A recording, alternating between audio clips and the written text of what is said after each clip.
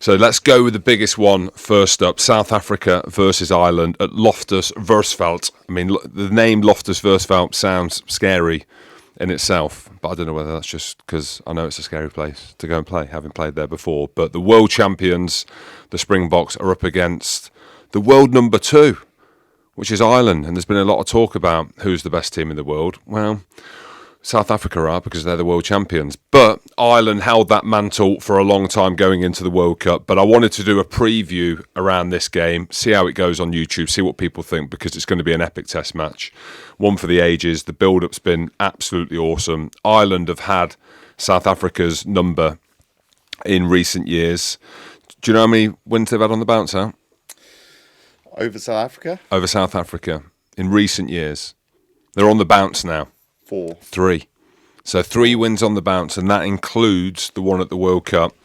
But they've got 3 wins on the bounce. They beat them a few years ago. I think it was 2017, 38-3, which was massive. And then 1916 in 2022. But, I mean, history doesn't really matter. I say that. But then they beat them in the World Cup, which has built the narrative very nicely.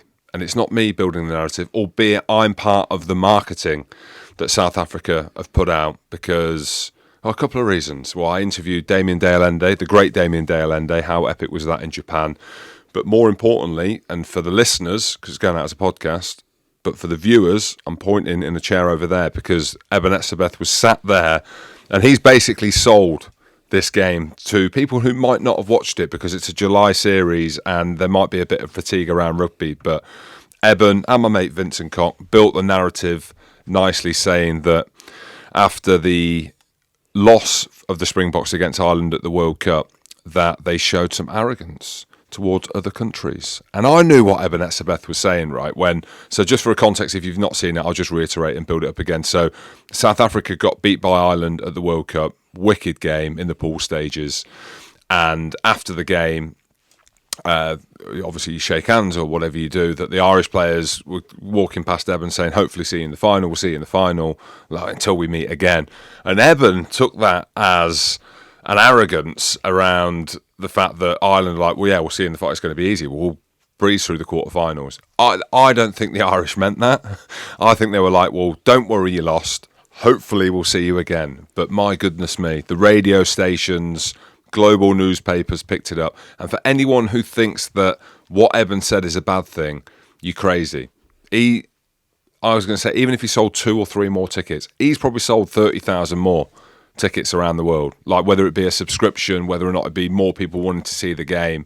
So the narrative has been built, not just because of the rivalry that they've got, world number 1 versus world number 2, but Eben's comments, who's going to be playing for the Springboks as well. So I think the way that the last year has unfolded has been brilliant. But I think Eben's comments were taken out of context. I'm not bothered. Hopefully they weren't taken out of context. But it has built the story nicely. And there's a few things to consider with this. Ireland have never won a series in South Africa. They've won in South Africa, 1 in 10 wins in South Africa in 10 games. So in recent years, I think Paul O'Connell was playing.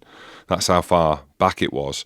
So Ireland haven't won in New Zealand, but they kind of have their number because I just said they've won the last 3 games that they've played them. But you're talking about a team, and we'll get into the confidence of Ireland, whether or not they can go there and beat South Africa. But when you look at the quality that Ireland have got, and I will get onto it, there seems to be a little bit of fatigue in the Irish team. That's how it feels. And I'm going based on Leinster, the backbone of the team. But it's been a long old season. And you actually look at the Springboks, play 1 game against Wales, okay, since the World Cup, and a bit of a team run for them. I know they won. They ain't played since. And they've got players that are playing around the world in Japan where the league's a little bit easier. They've got lads that are coming back from injury like the Fat Sia Khaleesi. Not me saying that. That was the president of Racing called him that. But the form of Ireland as a national team is good. They won the Six Nations. They lost against England by 1 point. But I look at Leinster as the kind of backbone of their team, and there's real fatigue. And I feel a little bit critical saying this because I love Leinster. I'm mates with Leo Cullen. I love a lot of the players that play. It's been a long-ass season. So you think about the World Cup, the build-up to that, the Six Nations before, where the Grand Slam, into the World Cup, the emotional drain that being knocked out of the quarterfinals would have had, everything in on the URC, with Munster being the current champions, and Leinster wanting to win the URC, but more so wanting to win the Champions Cup. And for the people in South Africa who might not have seen the Champions Cup final, it was epic. Against Toulouse at the Tottenham Stadium, I was there. Two brilliant teams. Leinster could have won it. Kieran Frawley had a drop goal at the end of the game that could have won the game. The game went into extra time. There was nothing in it. It was phenomenal. It was test match quality, and Toulouse are sensational. So it's fine. But the worrying thing for me is how Leinster came out of the Champions Cup. They put all their eggs in the URC basket, which they've not won for a while because they haven't prioritised it, and there's conversations around that. But they went down to the Bulls. So they went to Loftus Versfeld, where this game is being played at altitude, and they got fucking blitzed. That was the thing for me, the worrying thing going into this, because not only did they get physically dominated, they looked tired. They looked drained, they looked tired, and we're talking about their best players. And as you go into this, two of their best players, or three of their best players, aren't even playing. So you've got Mac Hansen, friend of the show, who is coming back from a long-term shoulder injury. You've got Jamison Gibson-Park, who arguably is Ireland's best player, who's injured as well. You've got Hugo Keenan, the 15, who's one of their best players, who's playing sevens. So three of their best players aren't going. But it's Ireland under Andy Farrell, and you can't go based on Leinster. Even though I've kind of giving it the Leinster chat, you can't, because Andy Farrell was fucking running the show. And he knows how to motivate a team. And there's so many motivational drivers for Ireland to go down to South Africa. The marketing around the game, they're walking into the fire, altitude, the fact that Leinster did play the Bulls down there and got physically dominated, they kind of know what to expect now. They know how it's going to feel. But the energy in the stadium is going to be absolutely epic, the pressure. And arguably, the pressure's more on South Africa because of everything that's been said with Eben and Damien de Allende calling it's going to be a war. And I love the way that they use the terminologies around the game. That's how South Africa see it. That's what Andy Farrell's going to be saying to the players. Paul O'Connell's going to be talking to them about the physicality. You think about the Lions tour there in 2009. Any players that played in South Africa against South Africa then said it's the most physical game they've ever played. Ever. It's arguably one of the most physical games we've ever seen. So physicality, violence, aggression, all these headline words, war, which, some people don't like using, but in a sporting context, we can. That's what it's going to be. That's where Ireland need to get to. So if there is a fatigue from the season, they've had a few weeks off, they're missing a few of their players, as South Africa are, and we'll get on to the form of South Africa or the players. But everything, in a series where, I say everything is looking at this game, because normally there's fatigue around July. It's been a long season for a lot of people.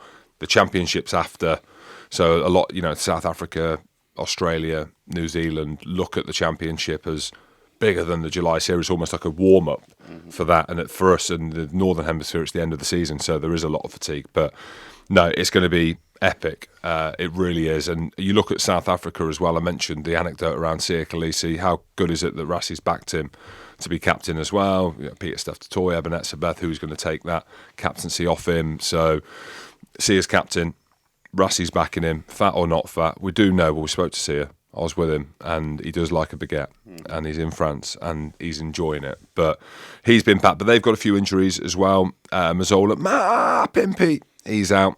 Big fan of him. Kanan Moody, big fan of him. He's injured. And Stephen Getty kits off as well. Jean Klein, friend of the show. Lou De Jager. Damien Willemse is a big one. Yeah, so they've got a few injuries in there. And you actually look at the form as well. The Sharks, which have got a lot of the players that are involved. Bongyun Banambi, Ebenezer Beth. It's, like the form of them hasn't been amazing. I say that. I've got Bongyun Banambi, Oxenche, Ebenezer Beth from the Sharks. But they won the Challenge Cup. Not a huge thing in the Northern Hemisphere. It's all right. But the form of South Africa going in there, if you go based on the Sharks, not amazing. The Bulls lost the final against Glasgow. I don't think they expected Glasgow to be as physical as they were, but that's a massive statement from a Scottish perspective. But all of these little kind of anecdotes, seeing Glasgow go to the Bulls and how they played them, you know, the game in which they played, the physicality around, the breakdown, the first up tackles, the obvious things, right, which Leinster struggled with in that semi-final because they got bully and dominated. Glasgow were on fire. Bulls weren't at the emotional levels. I think they blew everything. They blew a gasket playing against Leinster. But then that goes into the mixer of, like, how do the teams match up? Like, how do Ireland go to South Africa and win? And it's all of them things, all of them touch points that we've spoken about is what the marketing has said, what South Africa have said in the marketing leading up to this game. Physicality. Can Ireland go there and physically dominate the Springboks? Well, they matched them. I wouldn't say they dominated. They matched them at the World Cup. They've done it before. But that has been the Achilles heel of, I wouldn't say Ireland, I'd say Leinster against Toulouse. They matched them, but physically Toulouse outmuscled them a little bit if you had to pick one. La Rochelle have done that like we've seen in the past. England, when they beat them in the Six Nations physically, that's how they did it, was around the breakdown. But my goodness me, it's going to be absolute chaos in there. One thing you can do is you can get the referee for me. So Google the referee, because this is a big thing as I kind of continue on. So once you've got it, make sure it's not last year's team or last year's game. But the physicality, that's how Ireland go there. Luke Pearce. It's Luke Pearce. It's Luke Pearce. Clean as a whistle. So you've got an English ref who's going to be very clear, very concise, and manages the breakdown very well. So that'll be interesting to see if you've got a Mathieu Reynal. Big shout out to you, Mathieu. He's finished now. But if you have a French or an Italian referee or a Southern Hemisphere referee, they generally let things go. Luke won't. So discipline is going to be key because the physicality around the breakdown, the line speed, which you need to put on both teams, and we saw England do that against Ireland. We've seen the Springboks with the rush defence up on the outside. And with Jerry Flannery doing that role, like how will they evolve? Do they need to evolve? But the Springboks' backbone has been physicality and defence. So how do Ireland break that down with their runners off nine? No Jameson, Gibson Park, like I mentioned, he's massive for them. So how does Craig Casey come into that role if it is him who starts? The team gets announced in a couple of hours, so we haven't got the Ireland team at the minute. But that's the big thing that I'm really looking forward to, is naturally is going to be the physical contest. And do the Springboks want to evolve? Do they want to evolve their attack? You look at their back line, it's fairly settled. Faf de Klerk at 9, Andre Pollard 10, Damien Dale-Ende, Jesse Creel in the centres, so from the World Cup, Cheslin Colby on one wing, Curtly Aronson on the other, and Willie LaRue. So they're quite a settled back line. Like, do they want to evolve or do they just want to win? Like, what does evolving mean? But it's going to be bloody epic. That's all I know. So I've got to give a prediction. It's a 2-test series, unless it goes 1-1, which I think it might be. So do World Rugby just say, you know what, fuck it.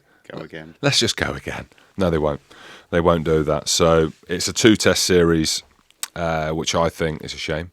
I think it's a shame. But it's been a long season, hasn't it? So you understand why. We can't be saying now that we want less games, but then we want more games like this, because it's going to be absolute madness. It's going to be carnage. But I'm going to say that the Springboks are going to win game 1 and that Ireland are going to win game 2. Where is game 2? Game 2 is in Cape Town. Okay. So, yeah. So that's what I'm going to say. It'd be interesting to see what everyone else thinks, like how the teams match up. The Ireland team hasn't been announced yet. Jack Crowley at 10. They've got Sam Prendergast. Does he come in on the bench? He's been brilliant when I've seen little snippets of him. As I said, to be world class. World class. I was with some people the last few days who were talking him up. There you go. Big time. Yeah, I think he's wicked. time. I think there's a void to be filled. Like when you haven't got, I think Jack Crowley's number 1 for Ireland. He is. I know Ross Byrne. There's been conversations around him. Does he get the attack tick in? Then a Sam Prendergast maybe comes in and doesn't go to a Connacht. I don't know. But yeah, it's going to be brilliant. I'm really excited. Normally there is fatigue around the July series. I don't feel that there is. You have got the 2 best teams. You've got the mighty Springboks at home, world champions, up against Ireland, who They're the world number 2, but they've been the number 1 team in the lead up to the World Cup. There's a lot of, stuff to kind of unfold with this Ireland team to get them back on the horse leading up to the next World Cup. Andy Farrell's the right man to take the lead with them. But I can't wait. So Springbok fans, it's coming. The might of the Irish. I think it's going to be a 1-1 test series, but it'll be interesting to see what everyone's predictions are for this weekend. Go!